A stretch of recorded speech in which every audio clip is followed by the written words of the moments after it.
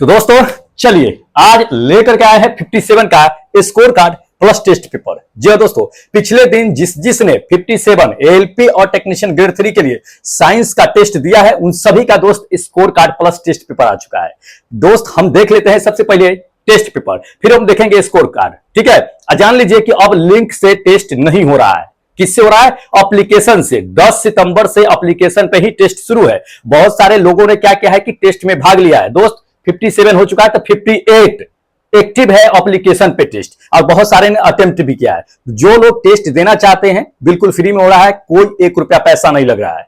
ठीक है, तो बिल्कुल फ्री में हो रहा है। एप्लीकेशन डाउनलोड कर लीजिएगा, वहां पे जाकर के टेस्ट दे लीजिएगा। एप्लीकेशन इस चैनल के नाम से ही प्ले स्टोर पे आपको मिल जाएगा, और नहीं तो लिंक डिस्क्रिप्शन बॉक्स में दिया हुआ है एप्लीकेशन का ऑफिशियल लिंक, तो वहां से एप्लीकेशन डाउनलोड कर लीजिएगा। और पिछले वीडियो जाकर के देख लीजिएगा, मैंने बता दिया था कि टेस्ट कैसे देना है। फिर भी अगर किसी को समस्या होगी टेस्ट देने में तो दोस्त आप इस नंबर पे कांटेक्ट कर सकते हैं, मैसेज कर सकते हैं। ठीक है, अगर किसी भी तरह का समस्या हो रहा है तो अनाथ एप्लीकेशन में चैट का ऑप्शन दिया हुआ है, वहां पे आप हमें चैट कर सकते हैं, हम सभी को जवाब देते हैं। ठीक है, तो बिल्कुल देंगे। चलिए डाउनलोड कर लीजिएगा, चैनल सब्सक्राइब कर लीजिएगा। जो लोग नहीं कर रखे हैं, जो लोग कर रखे हैं लाइक कीजिए, अपने दोस्तों में शेयर कीजिए।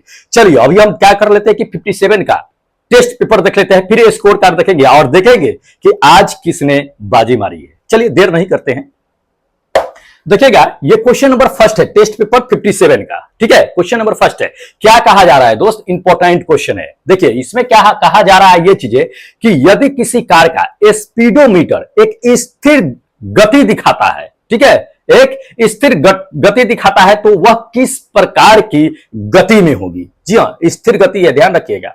स्थिर गति होगा तो वह किस प्रकार का गति दिखाएगा? कांस्टेंट स्पीड से जा रही है, उसमें गति में कोई परिवर्तन नहीं किया जा रहा है, तो मतलब एक समान गति से जाएगा। सीधी सी बात है, अगर किसी का स्पीड बढ़ रहा है, किसी का स्पीड घट रहा है, मान लीजिए 10 किलोमीटर प्रति घंटा का स्पीड से जा रहा है, आगे जाकर के 12 किलोमीटर घंटा हो गया, फिर आगे जाकर के 9 किलोमीटर घंटा हो गया, तो वो क्या हो रहा है कि स्पीड बढ़ रहा है, घट रहा है, तो वह क्या हो जाता है? असमान गति हो जाता है, फिर वो समान गति से नहीं चलता है। लेकिन अगर स्पीड कांस्टेंट होता है, मान लीजिए कि 10 किलोमीटर प्रति घंटा के हिसाब से जा रहा है, एकदम 10 किलोमीटर फिक्स कर रखा है, उसी हिसाब से स्पीड जा रहा है, तो वो क्या होता है? एक समान गति में होता है। ठीक है, उसका टाइम चेंज नहीं होता है, तो वह एक समान गति में चलता है। तो मेरा ऑप्शन क्या होगा करेक्ट दोस्त? ये थर्ड नंबर मेरा ऑप्शन करेक्ट होगा, एक समान गति। ठीक है, अब जान लीजिए क्वेश्चन के हिसाब से मैं आपको बता देता हूं कि स्पीडोमीटर करता है। स्पीडोमीटर क्या करता है?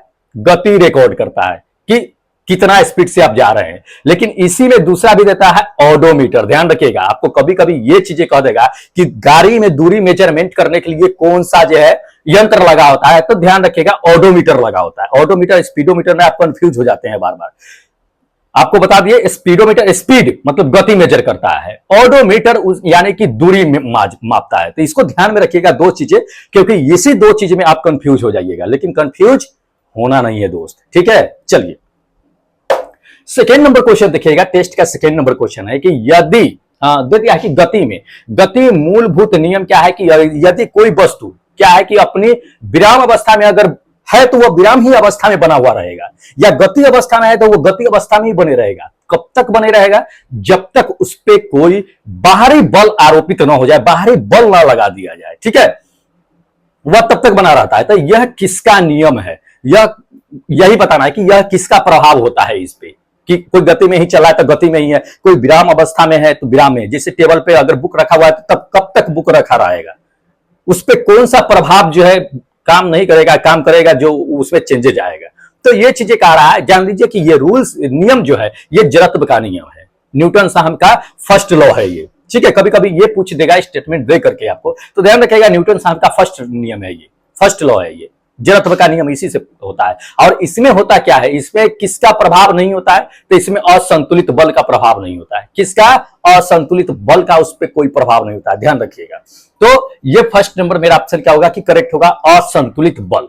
ठीक है, न्यूटन साहब का भी क्या कीजिएगा, लॉ याद करके रखिएगा। चलिए अगला देख लीजिए, ये तीसरा नंबर क्वेश्चन कहा जा रहा है दोस्त, ये कहा जा रहा है कि निम्नलिखित में से जड़त्व का उदाहरण है। जी हाँ, जड़त्व का उदाहरण कौन है ये बताना है। पहला देख लीजिए, पहला ऑप्शन आपको कहता है कि वक्र पर घूमती हुई कार, क्या ये जड़त्व का उदाहरण है? या दूसरा नंबर कहता है कि पहाड़ पर से लुढ़कता हुआ बॉल, गेंद, क्या यह जड़त्व का नियम है? या तीसरा नंबर कहता है कि मेज पे रखी हुई स्थिर पुस्तक, क्या यह जड़त्व का नियम है? या चौथा नंबर आपको कहा जा रहा है दोस्त कि भारी बक्से का धक्का देना, क्या यह जड़त्व का नियम है? हम आपको क्या बताए हैं कि कोई भी वस्तु अपनी विराम अवस्था में तब तक रहेगी जब तक उस पर कोई बाहरी बल न लगा दिया जाए, तब तक वो वैसे ही रहेगी।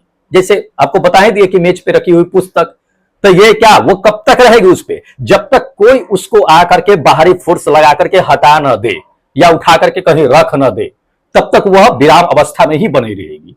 ठीक है, तो ये जड़त्व का नियम ही है। तो कि मेज पे रखी हुई स्थिर पुस्तक ये जड़त्व के नियम को दिखाता है, ध्यान रखिएगा। तो ये क्या होगा कि ये थर्ड नंबर मेरा ऑप्शन क्या होगा कि करेक्ट होगा। ठीक है, इंपॉर्टेंट है दोस्त।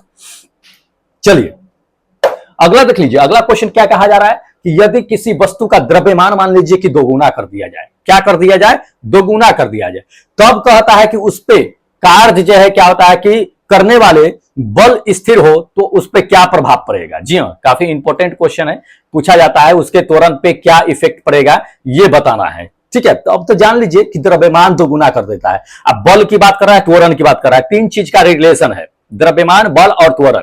तीन चीजों के रिलेशन में कौन सा फॉर्मूला निकल करके आता है? बल का फॉर्मूला आता है, F बराबर m इंटू ए। ध्यान रखिएगा, F बराबर m इंटू ए। अब यहां पे ध्यान रखिए क्या कहा जा रहा है, यहां से एक वैल्यू अगर निकाल लेते हैं आप, तो ए का वैल्यू निकालिएगा तो क्या आ जाएगा? F बाई एम आ जाएगा, यही आ जाएगा। अब जान लीजिए कि इसमें क्या कहा जा रहा है, कह रहा है इसमें कि द्रव्यमान को दोगुना कर दिया जाए। तो दोस्त द्रव्यमान को दोगुना कर दीजिए, 2m कर दीजिए। 2m कीजिएगा तो a बराबर जो है यहाँ पे क्या हो जाएगा, देख लीजिए f बाई 2m हो जाएगा। f बाई 2m है तो 1 बाई 2 को बाहर निकाल दीजिए, f बाई m ही रहेगा। तो कितना हाफ हो गया, आधा हो गया ना, तो आधा हो गया, ये मतलब कि आधा हो जाएगा त्वरण। कितना हो जाएगा? आधा हो जाएगा त्वरण। ध्यान रखिएगा, ये थर्ड नंबर मेरा ऑप्शन करेक्ट होगा। दोस्त फॉर्मूला याद रखिएगा, फॉर्मूला याद रहेगा, आप तुरंत से मार दीजिएगा, कोई दिक्कतें नहीं होगा। ठीक है, चलिए अगला क्वेश्चन देख लीजिए दोस्त। अगला क्वेश्चन ये कहा जा रहा है कि दो वस्तुओं के बीच की दूरी गुरुत्वाकर्षण बल क्या होगा। गुरुत्वाकर्षण बल कह रहा है दो वस्तुओं के बीच की दूरी, यदि उनके बीच की दूरी को कितना कर दिया जाए दोस्त? 3 गुना कर दिया जाए, तब बल क्या लगेगा उस पे?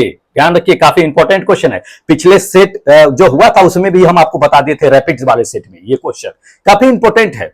उसमें 2 गुना कर दिया था, इसमें 3 गुना कर रहा है, ध्यान रखिएगा इस चीज। चलिए, तो आपको क्या करना है कि गुरुत्वाकर्षण बल का फॉर्मूला याद रखना है। क्या होता है जान लीजिए, हम आपको बताते हैं। F बराबर जो होता है दोस्त capital G into m1 into m2 by D square या r स्क्वायर कहते हैं, तो डी स्क्वायर। अब जान लीजिए कि ये जो वस्तु है, दो वस्तु है, m1 m2 है और इसके बीच की दूरी d है, इस पे बल जो लग रहा है F लग रहा है, जो गुरुत्वाकर्षण बल है। अब उसी का फॉर्मूला ये आपका निकला हुआ है। ठीक है, अब जान लीजिए इसमें क्या कहा जा रहा है कि बीच की दूरी 3 गुनी, तो दूरी हमारा क्या है इसमें? d है, d को 3d कर दीजिए, 3d का होल स्क्वायर कर दीजिए। तो F बराबर capital G m1 into m2 by 3d का होल स्क्वायर। 3d का होल स्क्वायर होगा, क्या कीजिए कि अब 3 तिहाई 9 नीचे हो जाएगा, 1/9 जो है बाहर कर दीजिएगा, तो capital G m1 into m2 by D square, मतलब 1/9 गुना, 1/9 गुना क्या हो जाएगा? बल जो है कमजोर हो जाएगा। ध्यान रखिएगा, तो इसमें जो होगा ध्यान रखिए, ये फर्स्ट नंबर मेरा ऑप्शन क्या होगा कि करेक्ट होगा। ठीक है, ध्यान रखिएगा करेक्ट होगा इसमें।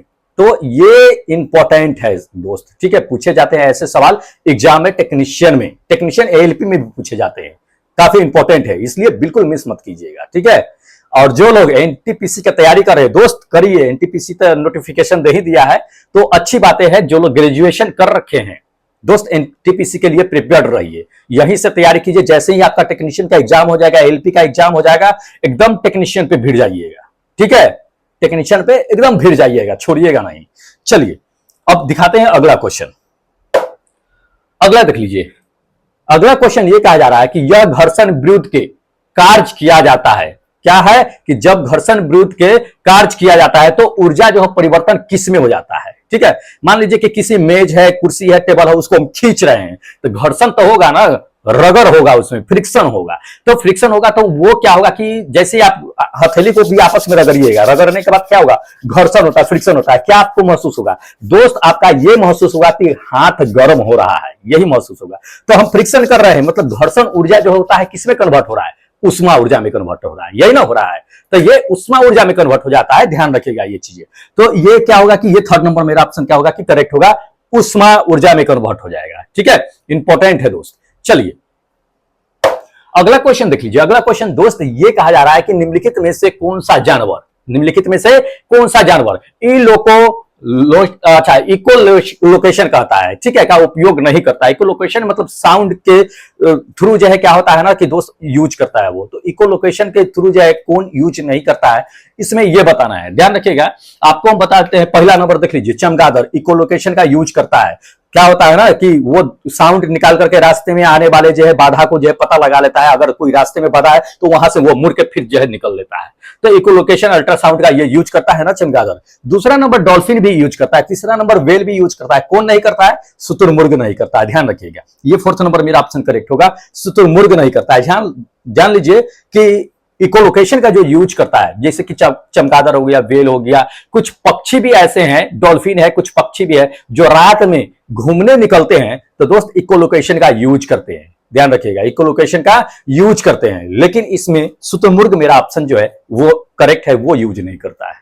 ठीक है, बहुत जगह आप सर्च कीजिएगा तो आपको कभी कभी डॉल्फिन देखेगा, जो गलत है, डॉल्फिन भी यूज करता है। ठीक है, बहुत लोग कमेंट करेंगे कि नहीं डॉल्फिन यूज नहीं करता, दोस्त डॉल्फिन भी यूज करते हैं। ठीक है, चलिए अगला क्वेश्चन देख लीजिए। अगला क्वेश्चन क्या दे दिया आपको कि कोस्का सिद्धांत किस वैज्ञानिक ने प्रस्तावित किया था। जी हाँ, कोस्का सिद्धांत को किस वैज्ञानिक ने प्रस्तावित किया था? बहुत लोगों ने गलत मारा है इसमें, बहुत लोगों ने गलत आंसर टिक किया है कि रॉबर्ट हुक।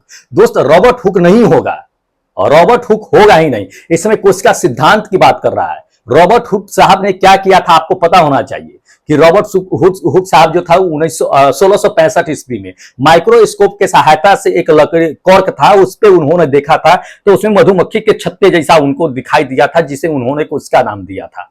ध्यान रखिएगा, कोस्का का सिद्धांत कोई और दिया था, तो कोस्का का सिद्धांत आखिर दिया किसने? जान लीजिए, ये पहला नंबर मेरा ऑप्शन करेक्ट होगा। क्या? मैथियास स्वेडेन, ये साहब जो थे थियोडोर स्वान, इन्होंने ही दो आदमी ने मिलकर के क्या किया था कि कोस्का सिद्धांत दिया था। ध्यान रखिएगा, रॉबर्ट हुक मत मारिएगा। रॉबर्ट हुक कोस्का का खोज किया था, वो भी डेड कोस्का का, जीवित कोस्का का नहीं।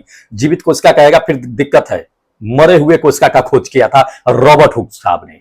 ठीक है, कब किया था? 1665 ईस्वी। कभी कभी डेट भी पूछ देता है। चलिए अगला देख लीजिए। अगला क्वेश्चन आपको दे दिया है कि यदि कोस्का घटक को अक्सर क्या होता है कि कोस्का का जो है पावर हाउस कहा जाता है, तो वो किस कोस्का घटक को पावर हाउस कहा जाता है? काफी इंपॉर्टेंट क्वेश्चन है और बच्चों वाली क्वेश्चन है, क्योंकि अक्सर आप यही याद कर लेते हैं, और अच्छा है कि पूछे भी जाते हैं तो हाईलाइटेड जो क्वेश्चन होता है माइंड में रहता है। ठीक है, तो किसे कहते हैं हम लोग? माइटोकॉन्ड्रिया को कहते हैं। कहने वाली बात ही नहीं है। ये सेकंड नंबर मेरा ऑप्शन क्या होगा कि करेक्ट होगा, माइटोकॉन्ड्रिया। ध्यान रखिएगा, ठीक है, इंपॉर्टेंट है दोस्त। पावर हाउस का ये, ऊर्जा घर का ये, बिजली घर का ये माइटोकॉन्ड्रिया को ही कहा जाता है। चलिए अगला क्वेश्चन देखिए। अगला क्वेश्चन क्या कहा जा रहा है दोस्त? कहा जा रहा है ये चीजें कि मानव शरीर में विद्युत आवेगों का संचारित करने के लिए जो है कौन सा जो है उत्तक जिम्मेदार होता है। जी हाँ, अब इलेक्ट्रिक जो है आवेग जो है क्या होता है कि इंपल्स जो होता है उत्पन्न होता है, कहां होता है? जान लीजिए, मस्तिष्क में होता है। बहुत सारे तंत्रिका तंत्र आपस में जुड़े होते हैं एक दूसरे से।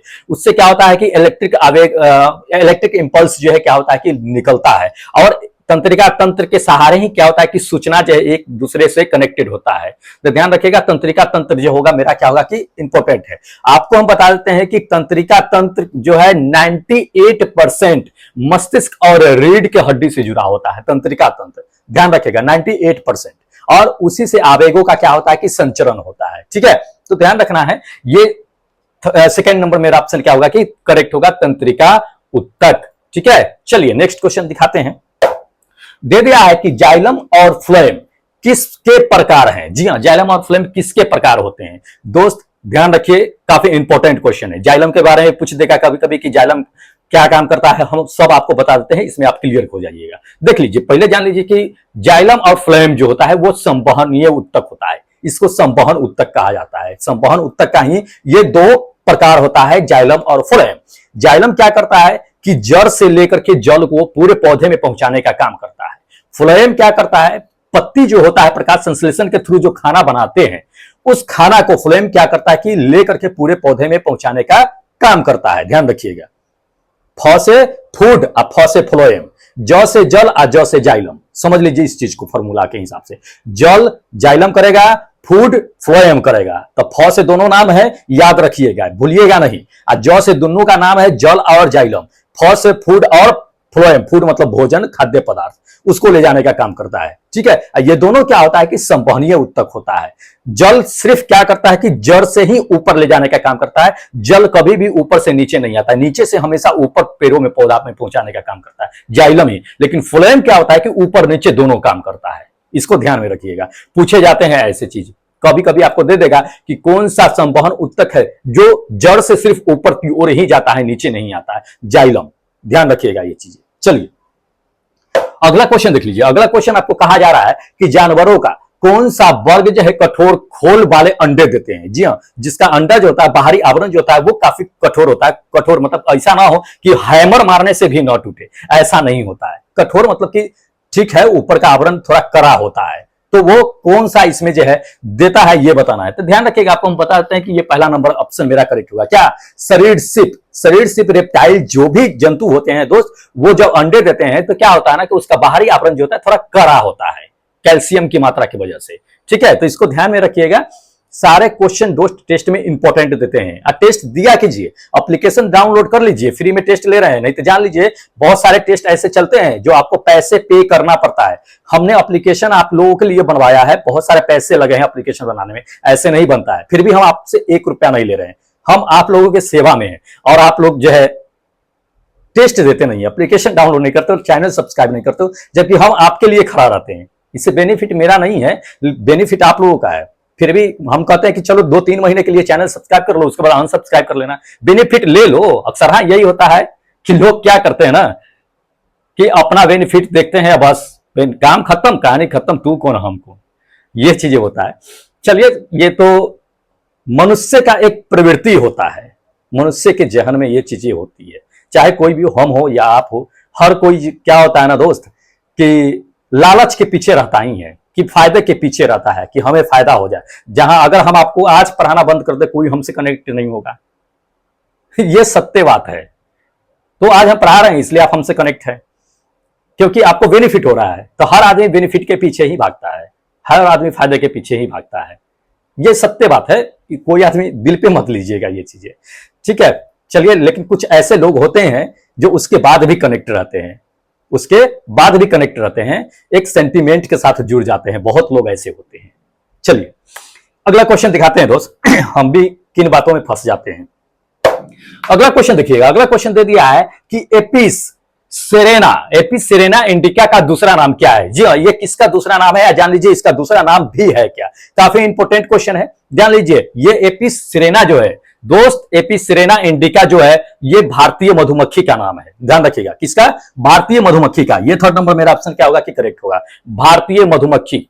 ठीक है, ये एशियन मधुमक्खी का, ये एशिया का भी जो है मधुमक्खी होता है, या भारतीय मधुमक्खी, ये सभी का नाम ये चीजें है। ठीक है, चलिए अगला क्वेश्चन देखिएगा। अगला क्वेश्चन क्या कहा जा रहा है कि मछली के बीज की गुणवत्ता को बढ़ाने के लिए तालाब में इन मछलियों का प्रजनन किया जाता है, तो वो क्या कहलाता है। क्या होता है प्रजनन करने के लिए, क्या होता है ना कि उसमें केमिकल छिटा जाता है, जिससे क्या होता है ना कि मछली जब खाते हैं तो उसमें क्या होता है कि उसका हार्मोन जो होता है वो उत्तेजित हो जाता है, एक्साइटेड हो जाता है, ज्यादा हार्मोन रिलीज करता है, जिसकी वजह से क्या होता है ना कि वो ज्यादा अंडे का जो है वृद्धि करता है। ध्यान रखिएगा, हार्मोन एक्साइट करता है, हार्मोन से क्या होता है कि उत्तेजित कर देता है। ध्यान रखिएगा, तो ये थर्ड नंबर मेरा ऑप्शन क्या होगा कि करेक्ट होगा, हार्मोन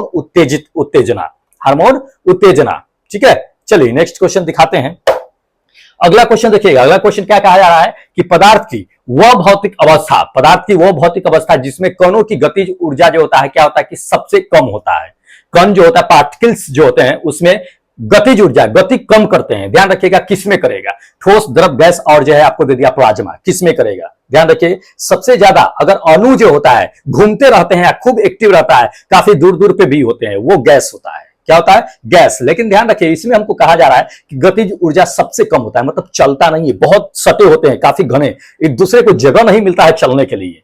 ध्यान रखिएगा, तो वो पार्टिकल्स किसमें होता है, जो काफी सटे होते हैं, वो ठोस में होता है। उसी वजह से तो दोस्त ये ठोस कहलाता है। पार्टिकल्स आपस में खूब सटे होते हैं, जकड़े होते हैं, एक दूसरे से बंधे होते हैं, इसी वजह से ठोस होते हैं। द्रव में जाइएगा थोड़ा सा लूज होता है, जिसकी वजह से द्रव होता है। गैस में तो पूरा फ्री ही होता है, पार्टिकल्स कहीं भी घूमे एकदम मनमौजी होता है, घूमते रहता है, तो वो गैस होता है। लेकिन इसमें सबसे कम गतिज ऊर्जा ठोस में होगा। ये फर्स्ट नंबर मेरा ऑप्शन क्या होगा, करेक्ट होगा, ठोस। ठीक है, इंपॉर्टेंट है दोस्त। चलिए अगला क्वेश्चन देखिएगा, अगला क्वेश्चन आपको दे दिया है कि किसी तत्व का सबसे छोटा कण जो है उस तत्व के गुण को बरकरार रखने को क्या कहा जाता है, ये है, ठीक है, जो रखता है उसको क्या कहते हैं। तो ध्यान रखिएगा, ये मेरा जो करेक्ट आंसर होगा दोस्त, परमाणु, एटम कहते हैं। क्या कहते हैं? एटम, परमाणु कहते हैं। ठीक है, चलिए नेक्स्ट क्वेश्चन दिखाते हैं।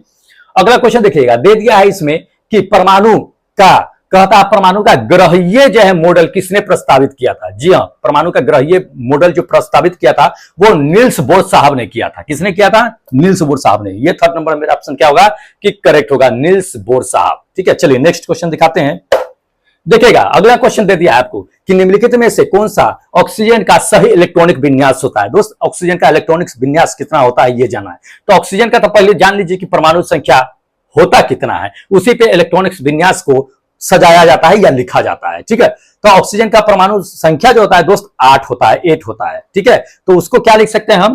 2, 6 लिखते हैं। 2 से शुरू होता है, उसके बाद 8 तक के जाता है। 8 से पहले भी लिख सकते हैं अगर उसकी परमाणु संख्या उतनी है तो। 2 से शुरू करते हैं। तो ध्यान रखिएगा, ये फर्स्ट नंबर मेरा ऑप्शन क्या होगा कि 2, 6 होगा। इसको दूसरे तरीके से भी लिखते हैं 1s2 2s2 2p4। ठीक है, ध्यान रखिएगा 1s2 2s2 2p4। तो ये आपको हम बता दिए हुए थे बहुत पहले ही कि किस में कितने इलेक्ट्रॉन होते हैं, एस में कितने होते हैं, पी में कितने होते हैं, डी में कितने होते हैं, एफ में कितने होते हैं, ये बता चुके थे। उसी हिसाब से क्या होता है कि इलेक्ट्रॉनिक कॉन्फ़िगरेशन जो है लिखा जाता है केमिस्ट्री में। ठीक है, चलिए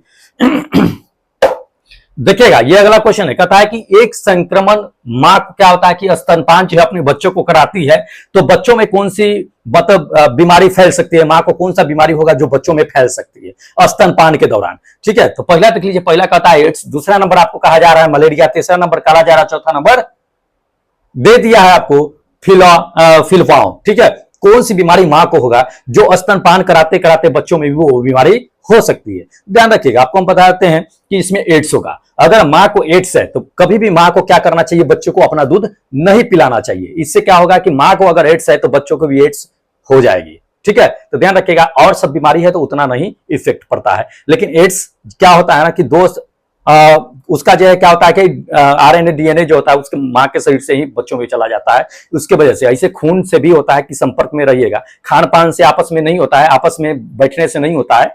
ब्लड अगर क्या होता है ना कि चला जाता है तो उससे भी क्या होता है कि हो जाता है, मां के स्तनपान से भी होता है। तो ध्यान रखिएगा, एड्स बहुत खतरनाक बीमारी है। चलिए अगला क्वेश्चन देख लीजिए। अगला क्वेश्चन दोस्त ये दे दिया है कि टीकाकरण, जो टीकाकरण की विधि जो होती है वो सबसे पहले किसने आजमाई थी। जी हाँ, टीकाकरण का। तो ये टीकाकरण बहुत इंपॉर्टेंट क्वेश्चन है, पूछे जाते हैं टीकाकरण का, कभी कभी दे देता है कि खोज किसने किया था या सर्वप्रथम किसने आजमाइश की थी। तो एडवर्ड जेनर साहब ने किया था। किसने? एडवर्ड जेनर साहब ने। ये फर्स्ट नंबर मेरा ऑप्शन क्या होगा? करेक्ट होगा। ठीक है दोस्त, ये था अपना 20 इंपॉर्टेंट क्वेश्चन जो टेस्ट में दिए गए थे, टेस्ट नंबर 57 में। ठीक है, तो अब क्या करते हैं कि स्कोर कार्ड देख लेते हैं। ठीक है, और जिन लोगों को टेस्ट देना है, फ्री में देना है, एप्लीकेशन डाउनलोड कर लेंगे, डिस्क्रिप्शन बॉक्स में लिंक दिया हुआ है, नहीं तो चैनल के नाम से ही जाकर के सर्च कीजिएगा, प्ले स्टोर पे आ जाएगा। जो चैनल पे फोटो लगा हुआ है वही लगेगा, ERCB सर करके सर्च कीजिएगा, आ जाएगा। ठीक है, तो टेस्ट वहां से क्या कीजिए कि जा लीजिए, दे दीजिए जा करके। अब अगले दिन उसका क्या होगा कि हम डिस्कस इसी पे करा देंगे। ठीक है, बहुत अच्छे तरीका से टेस्ट होता है, आपको बिल्कुल फीलिंग होगा कि आप एग्जाम में बैठे हुए हैं, बिल्कुल एग्जाम की तरह उसमें जो है फीलिंग होता है। ठीक है, बिल्कुल बहुत अच्छा। अभी तक जो टेस्ट दिए हैं वो तो सिंपल था, लेकिन उसमें जाकर के टेस्ट दीजिए, उसमें नेगेटिव मार्किंग भी हम रखे हैं, 1/3 करके रखे हैं। अगर आप गलत कीजिएगा तो नंबर आपका कटेगा, ध्यान रखिएगा। तो बिल्कुल सोच समझ के दीजिएगा। बहुत ऐसे लड़के हैं, कुछ लड़के हैं जो माइनस में नंबर लिए आए हैं, हमने देखा है स्कोर कार्ड, आपको भी दिखाएंगे, अगले दिन लेकर के आएंगे हम स्कोर कार्ड, कल ही लेकर के आएंगे, आपको दिखाएंगे हम, माइनस में लेकर के गया है। ठीक है, तो माइनस बिल्कुल नहीं, सोच समझ करके टेस्ट दीजिएगा। ठीक है, चलिए अब क्या करते हैं कि स्कोर कार्ड देख लेते हैं 57 का। चलिए देखिएगा, ये स्कोर कार्ड है, ये परसेंटेज है इधर और इधर नाम है। आज देख लीजिए कि नंबर 1 पे कौन है। नंबर 1 एक पे जो है 85% लेकर के आए हैं, उसके जोड़े में आज कोई नहीं है। कौन है भाई? नईम अंसारी भाई है, सहारन से है, बिहार से है, 85% लेकर के आए। उसके बाद सेकेंड नंबर पे जो है केसरी जी है, जो कैमूर से है, ये भी 80% लेकर के आए। इनके जोड़े में भी आज कोई नहीं है, जान लीजिए, केसरी साहब का। तो केसरी साहब भी है, भभुआ से हैं, ये बहुत अच्छी बात है दोस्त, भभुआ से है। चलिए उसके बाद आपको बताते हैं कि लवकेश भाई जो बिहार से है, ये 75% लेकर के आए। 75% में इनके जोड़े में एक और आदमी है, कौन है? क्लेमेंट साहब है। जो कहां से है, बिलासपुर से है।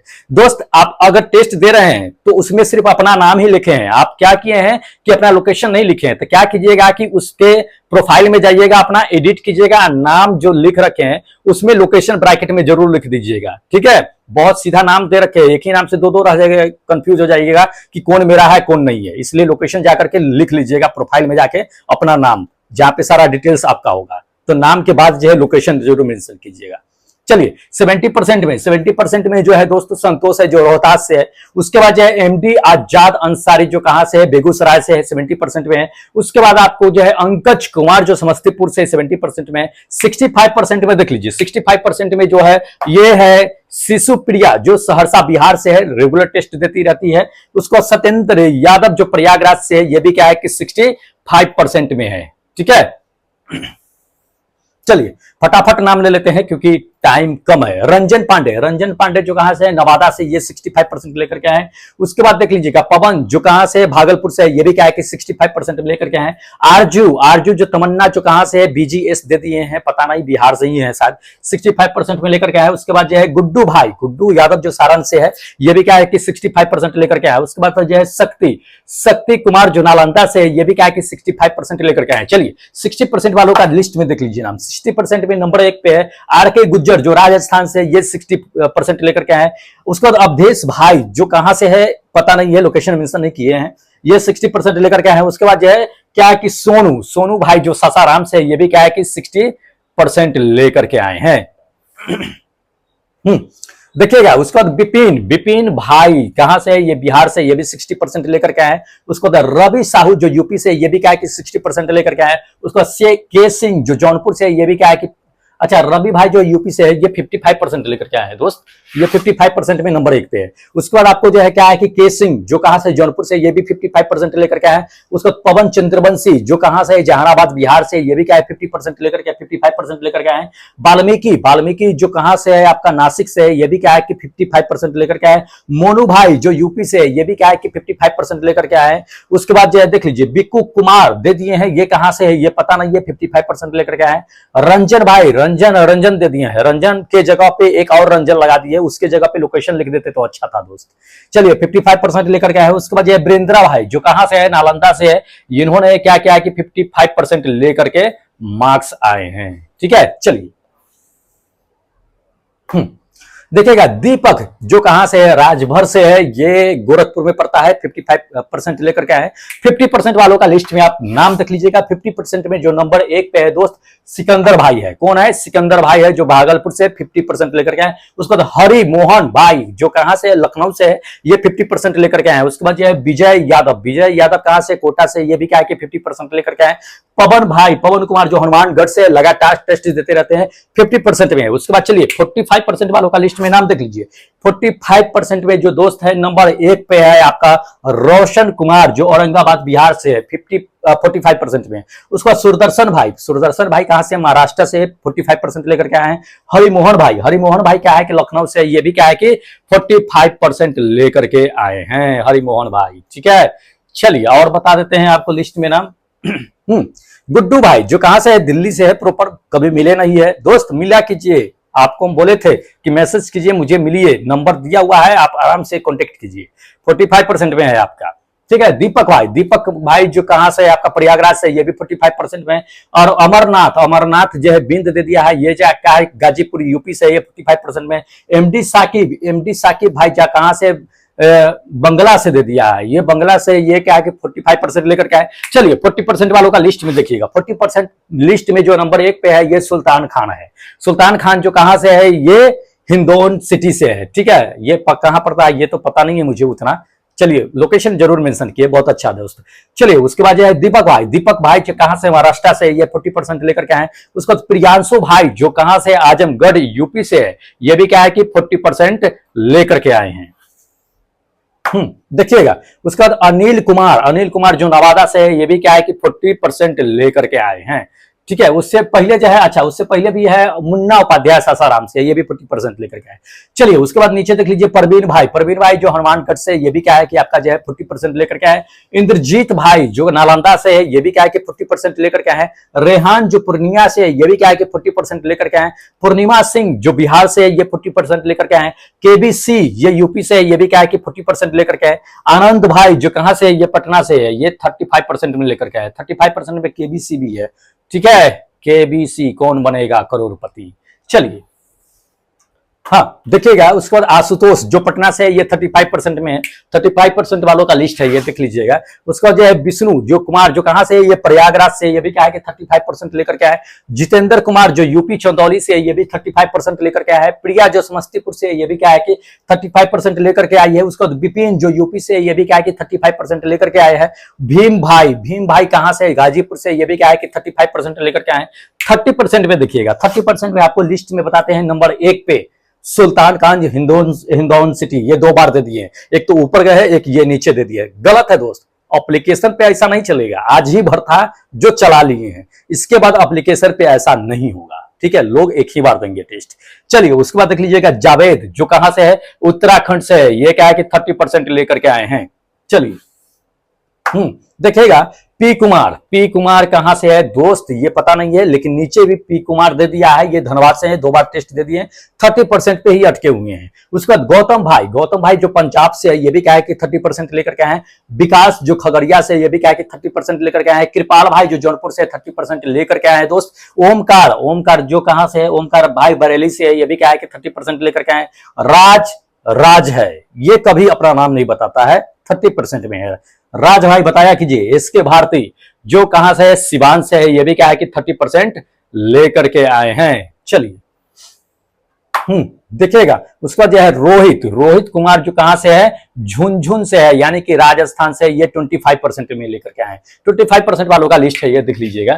25% में रोहित कुमार जो झुंझुन से है, ये पहले नंबर पे है। दूसरा नंबर पे अतुल भाई जो यूपी से है, ये भी 25% में है। उसका अमित यादव क्या है कि भागलपुर से, ये भी क्या है 25% में। उसका देव कुमार गुमला ये झारखंड से है, ये भी क्या है कि 25% में है। उसका सुजीत भाई वैशाली से है, ये क्या है कि 20% में है। देखिएगा 20% में है। 2 लोग शामिल है, एक तो ये अपना हो गए, उसके जी सुजीत भाई हो गए। दूसरे नंबर धीरेश चंद्रा भाई जो सोनभद्रा से, ये 20% लेकर के आए हैं। उसका जितेंद्र भाई कहां से है, आपका नालंदा से है, ठीक है। अच्छा नालंदा नहीं है, मांडला से है, ये 15% लेकर के आए। उसका तो पवन कुमार जो हनुमानगढ़ से है, 2 बार दे दिए हैं। एक तो ऊपर गया है दोस्त, ये आपका एक नीचे है दोस्त, एक ही बार देना था, ठीक है। आप 2 बार दे दिए हो, ये गलत है। चलिए इतने लोगों ने क्या क्या है कि टेस्ट में अटेम्प्ट किए हैं। अब एप्लीकेशन पे टेस्ट हो रहा है, बिल्कुल फ्री में हो रहा है, एएलपी और टेक्नीशियन ग्रेड 3 के लिए। अगर आप टेस्ट देना चाहते हैं दोस्त, एप्लीकेशन डाउनलोड कीजिए, चैनल को सब्सक्राइब कीजिए और जुड़ जाइए हम लोगों के साथ तब तक जब तक आपका एएलपी और टेक्नीशियन का एग्जाम न हो जाए, ठीक है। तो चैनल सब्सक्राइब कीजिए और अपने लोगों में शेयर कीजिए, ठीक है। जो लोग चैनल सब्सक्राइब कर रखे हैं दोस्त, लाइक जरूर कीजिए। चलिए फिर मिलते हैं एक नए वीडियो के साथ, एक नए सेट के साथ। तब तक जय हिंद दोस्तों।